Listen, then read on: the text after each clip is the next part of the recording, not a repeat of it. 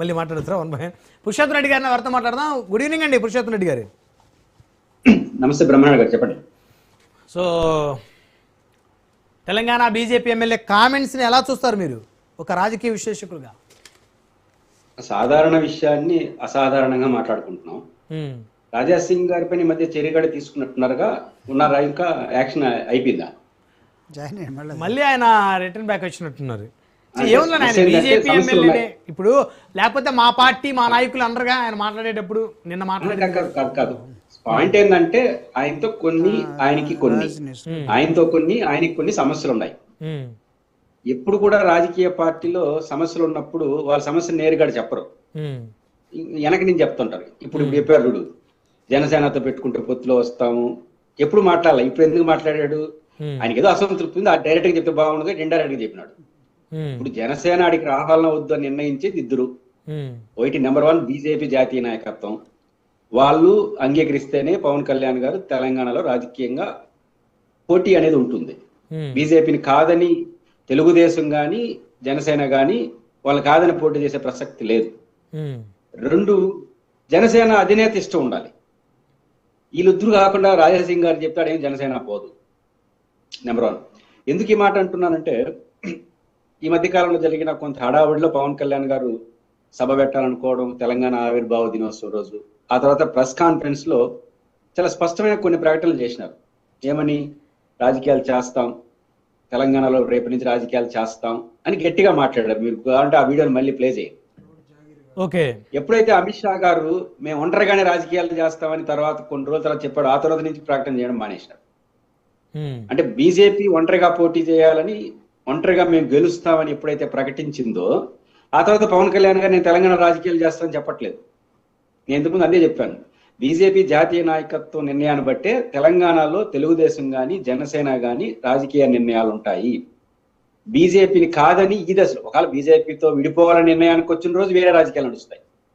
బీజేపీతో కలిసి ఉండాలని అనే రోజులు మాత్రం జనసేన అని తెలుగుదేశం తెలంగాణలో, ఏపీలో కాదు, ఖచ్చితంగా బీజేపీ మనోభావాలకు కుడియడంగా అను. ఎందుకంటే అక్కడ మేజర్ పార్టీ వాళ్ళు జాతీయ స్థాయిలో వాళ్ళతో కలిసి ఉన్నారు, వాళ్ళ బలం కూడా తెలుసు దేశంలో, ఈ అధికారంలో ఉన్నారు, వాళ్ళ అవసరం కూడా రాష్ట్రానికి అధికారికంగా ఉన్నాయి.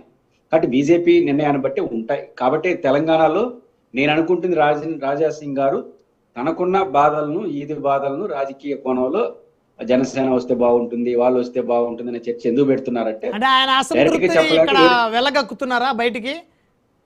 రాజకీయ పార్టీలు అట్టే చెప్తారు అంటే ఇక్కడ పురుషోత్తం రెడ్డి గారు ఈ మధ్య కాలంలో ఒక 3-4 డేస్ బ్యాక్ తెలంగాణ బీజేపీ అధ్యక్షుడు ఉన్న రామచంద్రరావు గారు మాకు ఇక్కడ జనసేనతో పొత్తు అవసరం లేదని చెప్పేసి మాట్లాడారు. ఆయన ఎవరి డైరెక్షన్ లో మాట్లాడారు అంటున్నా, ఆయన అభిప్రాయం కూడా సొంత అభిప్రాయం ఆ రోజుకి. బట్ జాతీయ స్థాయి నాయకుడు చెప్పడం ద్వారా ఆయన అభిప్రాయానికి విలువైంది. ఓకే, జనసేన అవసరం లేదని అమిత్ షా గారు ఎప్పుడు చెప్పలేదు. బట్ మేము ఒంటరిగా గెలుస్తామని చెప్పాడు. ఒంటరిగా గెలుస్తామని చెప్పిన తర్వాత రామచంద్రరావు గారి అభిప్రాయానికి వెయిట్ వస్తుంది. బహుశా వారు చెప్పారంటారు, వారు చెప్పుండ్రు, వీరు చెప్పుండ్రు. వారు ఇప్పుడు జనసేనతో పొత్తు పెట్టుకుంటే లాభం ఉంటుంది, కొన్ని చోట్ల నష్టం కూడా ఉంటుంది. ఇప్పుడు ఏపీ అనే ముద్ర వస్తుంది. రెండోది, ఆయన తెలంగాణ రాష్ట్ర ఏర్పాటు పైన, రాష్ట్ర సమైక్యత పైన కొన్ని కామెంట్లు చేస్తున్నారు. ఇవన్నీ రేపు ముందుకు వస్తే దానివల్ల కొంత పర్సంటేజ్ పోతే, ఇవన్నీ రకరకాల ఈక్వేషన్స్ ఉంటాయి. ఒక జాతీయ పార్టీ అక్కడ పొత్తు పెట్టుకునేటప్పుడు లాభం ఎంత, నష్టం ఎంత, పెట్టుకుంటే ఎంత, పొట్టు పెట్టుకోతే అసలు ఒంటరిగా పోటీ చేస్తే మనకు లాభమా? ఇప్పుడు పవన్ కళ్యాణ్ గారు ఒంటరిగా పోటీ చేసి బీజేపీకి రాని ఓట్లు గెలిచాడు అనుకోండి, అది బీజేపీకి లాభం. ఇట్లా రకరకాల లెక్కలు వేసుకొని బీజేపీ ప్రయోజనాలకు అనుగుణంగానే తెలుగుదేశం జనసేన తెలంగాణలో రాజకీయాలు చేస్తాయి, వాళ్ళకున్న బలవరీత్యా. ఈ రోజుకి రేపు విడిపోవాలనుకుంటే వేరే సంగతి. కాబట్టి రాజ్నాథ్ సింగ్ గారిది వ్యక్తిగత అభిప్రాయాన్ని చెప్పడం మాత్రం నేను చూడను. వ్యక్తిగత అభిప్రాయం కాదది, ఆయన అసంతృప్తిని ఏరే కోణంలో చెప్పాడు. బస్సు పై నాయకులు మాట్లాడుకుంటే మళ్ళీ ఏదో సర్దుకుని అంటారు. మీరు మన రాజకీయ పార్టీలు ఏవి కూడా వాళ్ళ అభిప్రాయాలు, వాళ్ళ కోపతాపాలు ఏరే రూపంలో చెప్తా ఉంటారు. దాన్ని అర్థం చేసుకుని బుద్ధగించడం, మాట్లాడడం జరిగితే అన్ని సర్దుకుంటాయి. కాబట్టి సర్దుకోకపోతే విడిపోతారు. కాబట్టి రాజా సింగ్ గారిది వ్యక్తిగత అభిప్రాయం, కోపతాపాలతో సమస్యలతో మాట్లాడుతున్న అభిప్రాయం కదా. ఆయనకేదో జనసేన వచ్చేస్తే సంతోషించి, లేదా జనసేన వచ్చేస్తే బీజేపీ గెలిచిపోతుందనే అభిప్రాయంతో చెప్పాడని మాత్రం నేనైతే అనుకోను. ఇక్కడ పురుషోత్తం రెడ్డి గారు కొద్దిసేపటి క్రితం జూపుడు గారు అన్నారు కదా, ఖమ్మంలో జగన్మోహన్ రెడ్డి గారు పుట్టినరోజుకి 8,000 మంది యువత బైక్ ర్యాలీ తీశారని. అంత జనాభా, అంత క్రౌడు, అంత మద్దతు ఉన్నటువంటి పరిస్థితులు, ఆల్రెడీ ఖమ్మం ఎంపీ వైసీపీ గెలిచింది, తెలంగాణలో 3 అసెంబ్లీ స్థానాలు గెలిచాయి.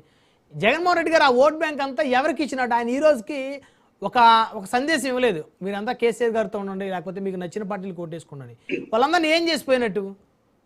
బ్రహ్మనాయుడు ఇప్పుడు 8,000 మంది అనేది పెద్ద ఆశ్చర్యం కాదు. ఒక ఎమ్మెల్యే, ఒక 3 ఎమ్మెల్యేలు, ఒక ఎంపీని గెలిచిన పార్టీకి అంత సంఖ్య అనేది పెద్ద ఇష్యూ కాదు. రావచ్చు, లక్షల్లో ఓట్లు వస్తేనే ఎంపీ గెలుస్తారు. అవును. బట్ ఇప్పుడు అమెరికాలో జగన్ అభిమానులు ఎవరికి అప్పగించినట్టు? ట్రంప్ అప్పగించినట్ట? అక్కడే పోటీ చేసే ఆప్షన్ లేదు కదా. సో కాబట్టి ఇక్కడ ఉంది కదా ఆప్షన్, ఆల్రెడీ చేశారు కదా, గెలిచున్నారు కదా. ఢిల్లీలో జగన్మోహన్ రెడ్డి గారు, నాన్నగారు రాజశేఖర రెడ్డి గారు ఉమ్మడి ఆంధ్రప్రదేశ్ లో ముఖ్యమంత్రిగా పనిచేస్తున్నారు కదా. నేను కాదన్ను. ఇప్పుడు మన అభిమానులు ఉన్నారని అన్ని చోట్ల పోటీ చేసి పవన్ కళ్యాణ్ గారికి దేశంలో అభిమానులు లేరా? దేశం అంతా పోటీ చేయగలరా? సాధ్యం కాదు. కాదు ఇప్పుడు మీరు చెప్పేది దానికి సూటబుల్గా లేదు ఆ వార్డ్స్. నా పాయింట్ ఏంటంటే, మన ఓపిక, పరిస్థితులు. నాకు అభిమానులు ఉన్నారు కదా, నాకు ఓటర్లు 4 ఉన్నారు కానీ దేశం అంతా పోటీ చేసినారంటే ఏముంటుంది? ఉన్న చోట పోతారు. ఇప్పుడు ఆంధ్రప్రదేశ్ లో శక్తి సామర్థ్యాలను ఒక చోట కూడి పోటీ చేస్తే ఆడ ఫలితం వస్తుంది, వాళ్ళ ఫోకస్ ఉంటుంది. అలా కాకుండా దేశం అంతా పోటీ చేస్తే ఏమవుతుంది? లేదా అభిమానులు ఉన్న చోట, అంటే మన ఓపిక ఉండాలి, మన శక్తి సామర్థ్యాలను ఒక చోట కేంద్రీకరించాలి కదా. ఒక ప్రాంతీయ పార్టీ ఇది. రెండు జగన్ గారి కరెక్టా తప్ప కాదు. ఆయన తీసుకున్న ఒక లాజిక్ ఏంటంటే, ఇప్పుడే రాష్ట్రం విడిపోయింది, అప్పుడు సమైక్యాంధ్ర గొడవల్లో సిపిఎం తో పొత్తు పెట్టుకొని సిపిఎం ఒక ఎమ్మెల్యే గెలిచింది, ఈ 3 ఎమ్మెల్యేలు ఒక ఎంపీ గెలిచారు 2014 ఎన్నికల్లో. ఆ తర్వాత జగన్ గారు చెప్పిన మాట ఏంటంటే, బహిరంగంగా 2 రాష్ట్రాలు విడిపోయినప్పుడు సహజంగా 2 రాష్ట్రాల మధ్య సంక్లిష్టత వస్తుంది, సహజంగా సమస్యలు ఉంటాయి. ఈ టైంలో మేము ఒక ప్రాంతీయ పార్టీగా ఏపీకి స్టిక్ ఆన్ అయినప్పుడు 2 కళ్ళ సిద్ధాంతం ఇవన్నీ వస్తాయి కదా. ఇప్పుడు ఆ తెలంగాణ వాళ్ళు మనం తిడితే, మన వాళ్ళు తిడితే, చంద్రబాబు గారు వచ్చి 2 కళ్ళ సిద్ధాంతం చెప్తే ఇవన్నీ నడిచాయి సమైక్యాంధ్ర ఉద్యమంలో. కాబట్టి ఇట్లాంటివి నేను చేయదలుచుకోలేదు, ఒక 10 ఏళ్ళు 15 ఏళ్ళు పోతే అప్పుడున్న పరిస్థితులు ఆలోచిద్దాం అని అన్నాడు. నెంబర్ 1. నెంబర్ 2, ఎవరు కోటేస్తారు? జగన్ గారు చెప్పిన వాళ్ళకే ఓటేరు. జగన్ గారు చెప్పినప్పుడు ఒక యాంగిల్ ఉంది. బీఆర్ఎస్ కి మొన్న జరిగిన రేవంత్ రెడ్డి గారు ముఖ్యమంత్రి కాకముందు జరిగిన ఎన్నికల్లో బీఆర్ఎస్ కి ఎక్కువ మంది మొగ్గు చూపారు జగన్ గారి అభిమానులు. బట్ 24 మొన్న జరిగిన 23 ఎన్నికల్లో రేవంత్ రెడ్డి గారు ఏ పార్టీలో ఉన్నా కాంగ్రెస్ కి కాంగ్రెస్ రెడ్లు, దళితులు ఎక్కువ మంది ఉంటారు.